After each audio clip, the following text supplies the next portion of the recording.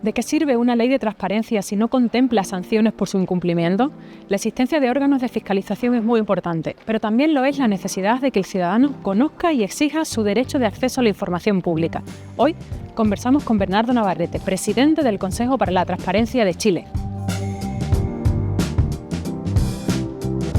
Vamos a hablar hoy de transparencia, Bernardo, y quizás quisiera que empezásemos un poco aclarando ciertos conceptos, ¿no? Porque se habla mucho de transparencia, se habla de acceso a la información y de que las instituciones son más o menos transparentes, de que falta o no información, pero ¿qué características o cuáles serían los requisitos que tiene que cumplir la función pública o una administración pública como para decir realmente tiene unos parámetros aceptables de transparencia? Vamos de lo general a lo específico. Yo creo que todos aquellos que nos escuchan deberían preguntarse por qué un gobierno tiene que tener una agencia y una ley especial para acceso de datos cuando se entiende que todo dato que genera el Estado es público por definición. Primero, porque los ciudadanos contribuyen con impuestos. Dos, porque son objeto del quehacer del Estado. En consecuencia, hay países, hay sociedades donde es una pregunta resulta difícil de plantearla.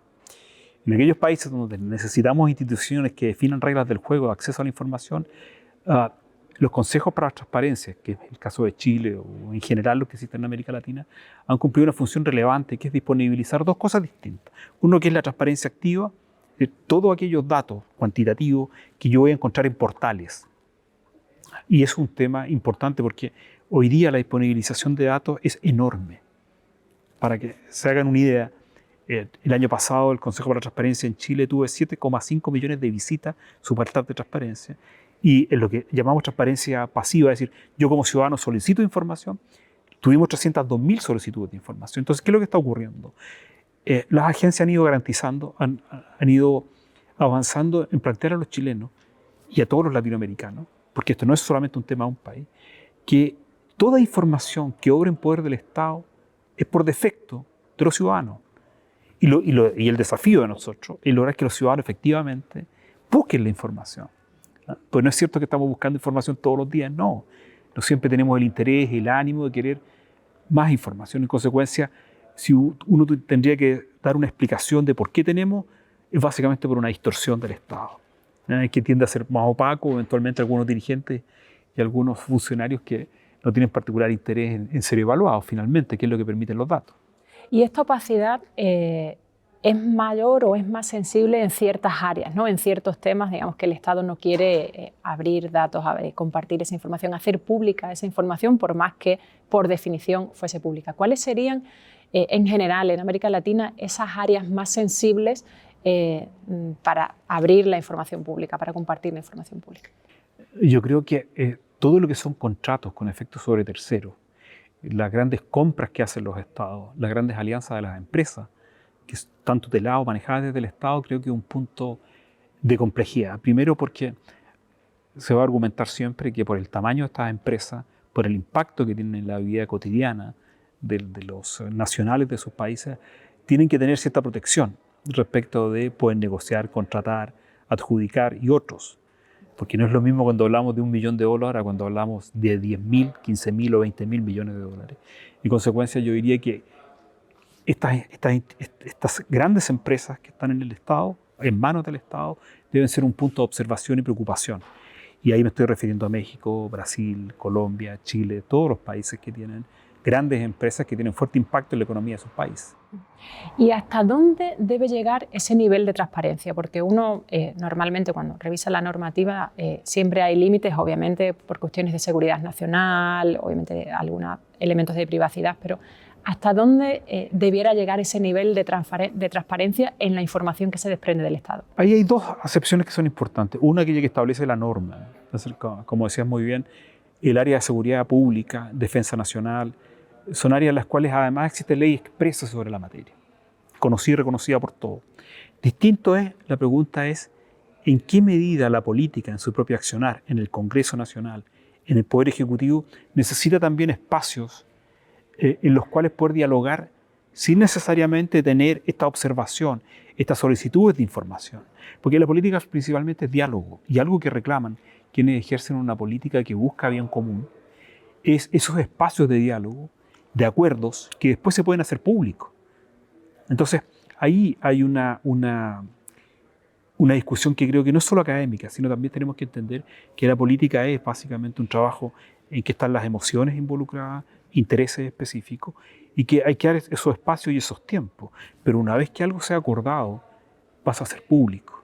Hay un tema que yo creo que no podemos desprender de este debate de transparencia, acceso a la información pública, que tiene que ver con la desconfianza ciudadana hacia las instituciones, ¿no? Es decir, en América Latina hay unos niveles, Iberoamérica en general, hay unos niveles de desconfianza hacia todas las instituciones públicas enormes.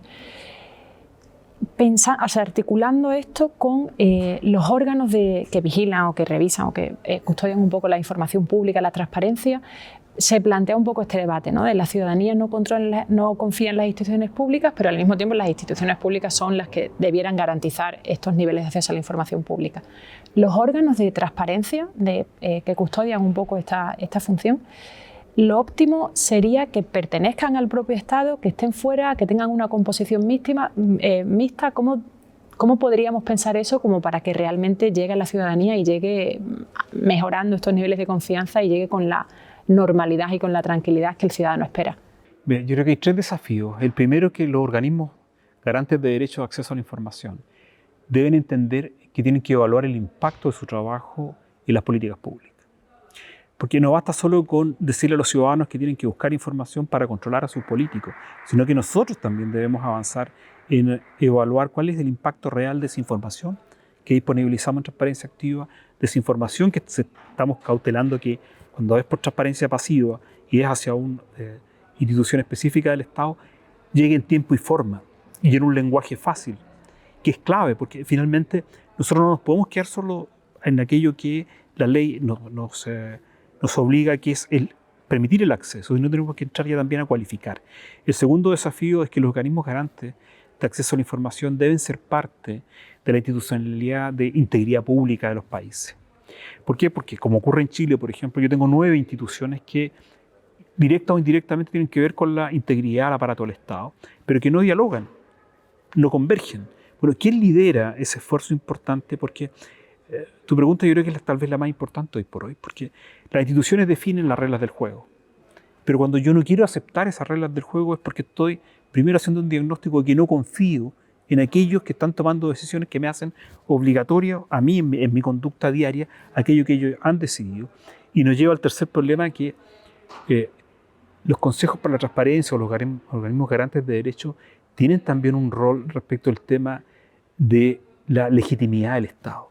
Porque finalmente cuando yo desconfío del Estado, no le hago caso a sus normas, a sus reglamentos, es más, lo pongo en cuestión con una actitud bastante desafecta, cínica, ¿no es cierto? Está bien, pero es lo que tengo, ¿no es cierto? Y tengo que convivir con aquello que tengo. Bueno, hay que ser más proactivo, hay que tener más coordinación, pero también respetando las normas y las leyes que son el quehacer de los consejos de la transparencia o de protección de datos personales.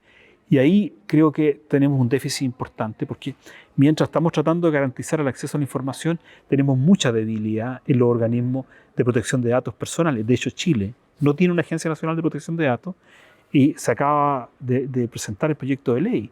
Entonces, algo que entendíamos que era colaborativo, entendemos que en el caso chileno está desfasado de la realidad.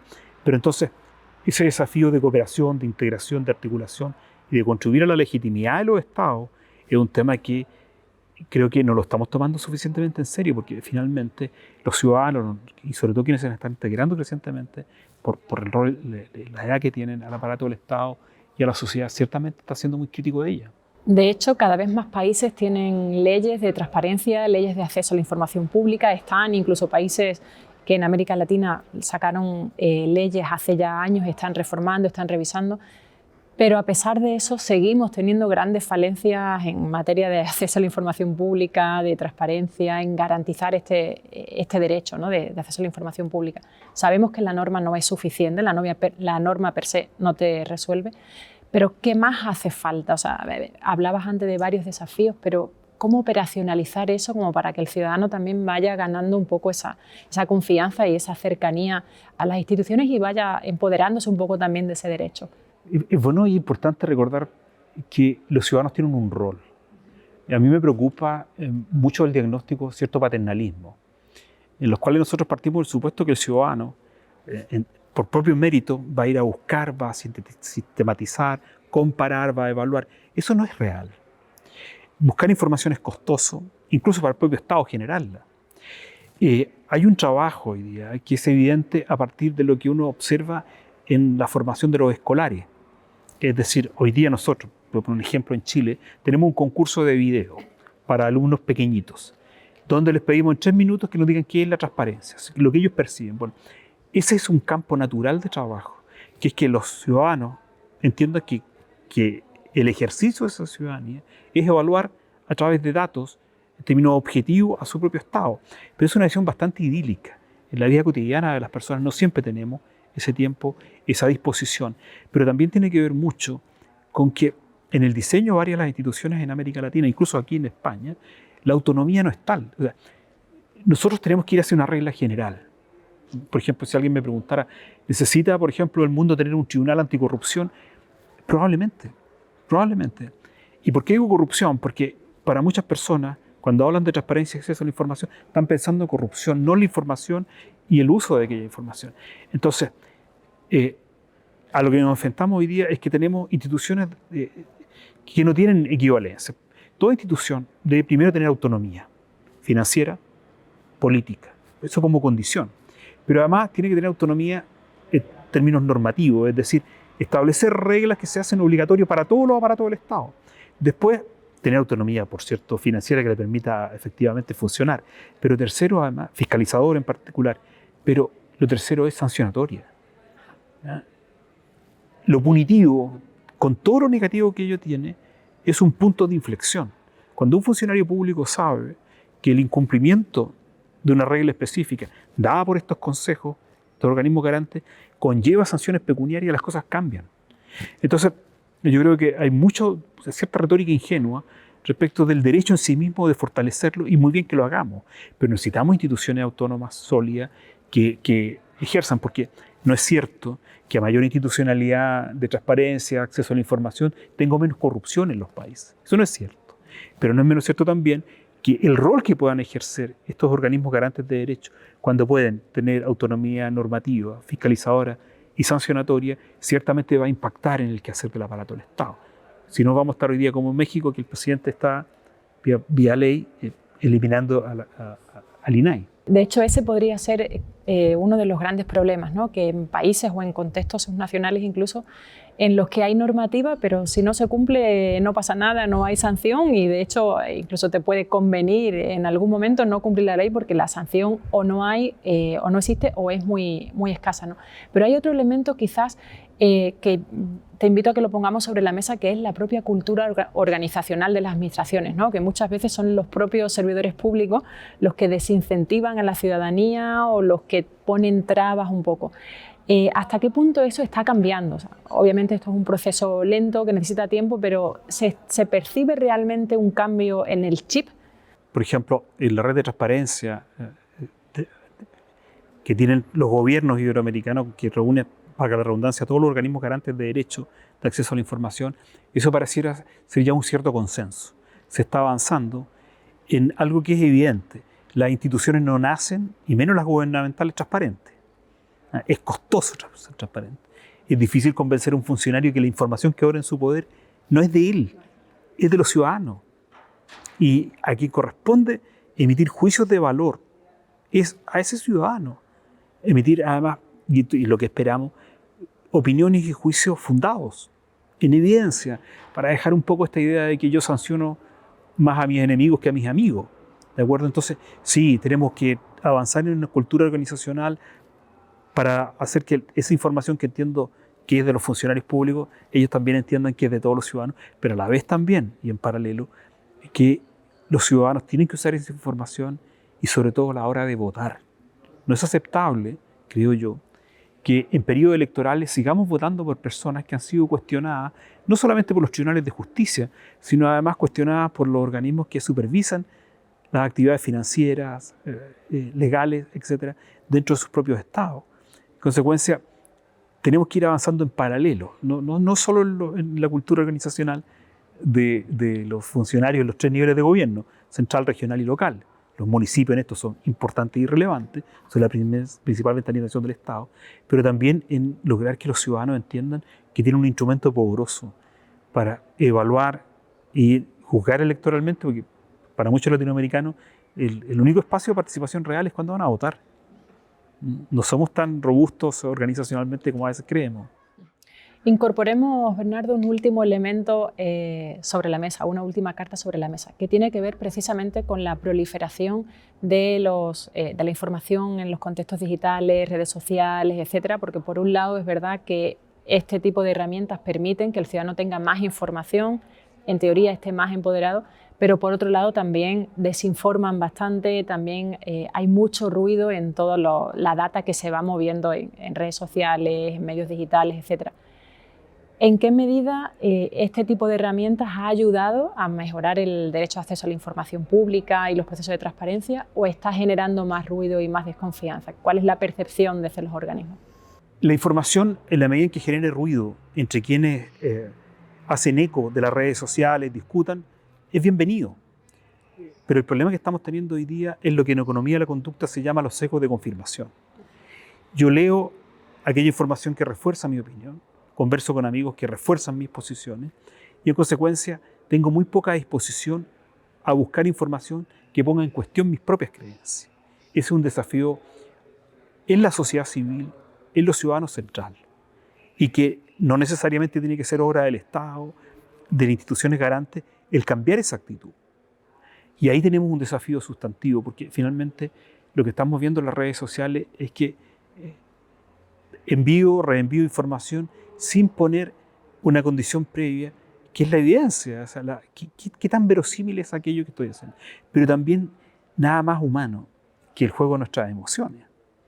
Y algo que creo que uno tiene que aprender también, como decía un notable médico, Damasio, no es que pienso y luego existe, sino que me emociono y luego existo. Entonces, tal vez deberíamos pensar nuevas formas de entendernos con los ciudadanos y las organizaciones garantes de derechos de entendernos con los ciudadanos y entender las emociones con las cuales están mirando escándalos, desprotección, problemas de acceso a la información. Porque claro, a veces me puedo quedar con una idea general y llevarla a un caso particular. Y eso puede ser una falacia importante de juicio, finalmente. Parecen fáciles los retos que quedan sobre la mesa, pero queda mucho trabajo por delante. Qué duda. Bernardo Navarrete, muchísimas gracias por compartir con nosotros este espacio. No, gracias por invitarme.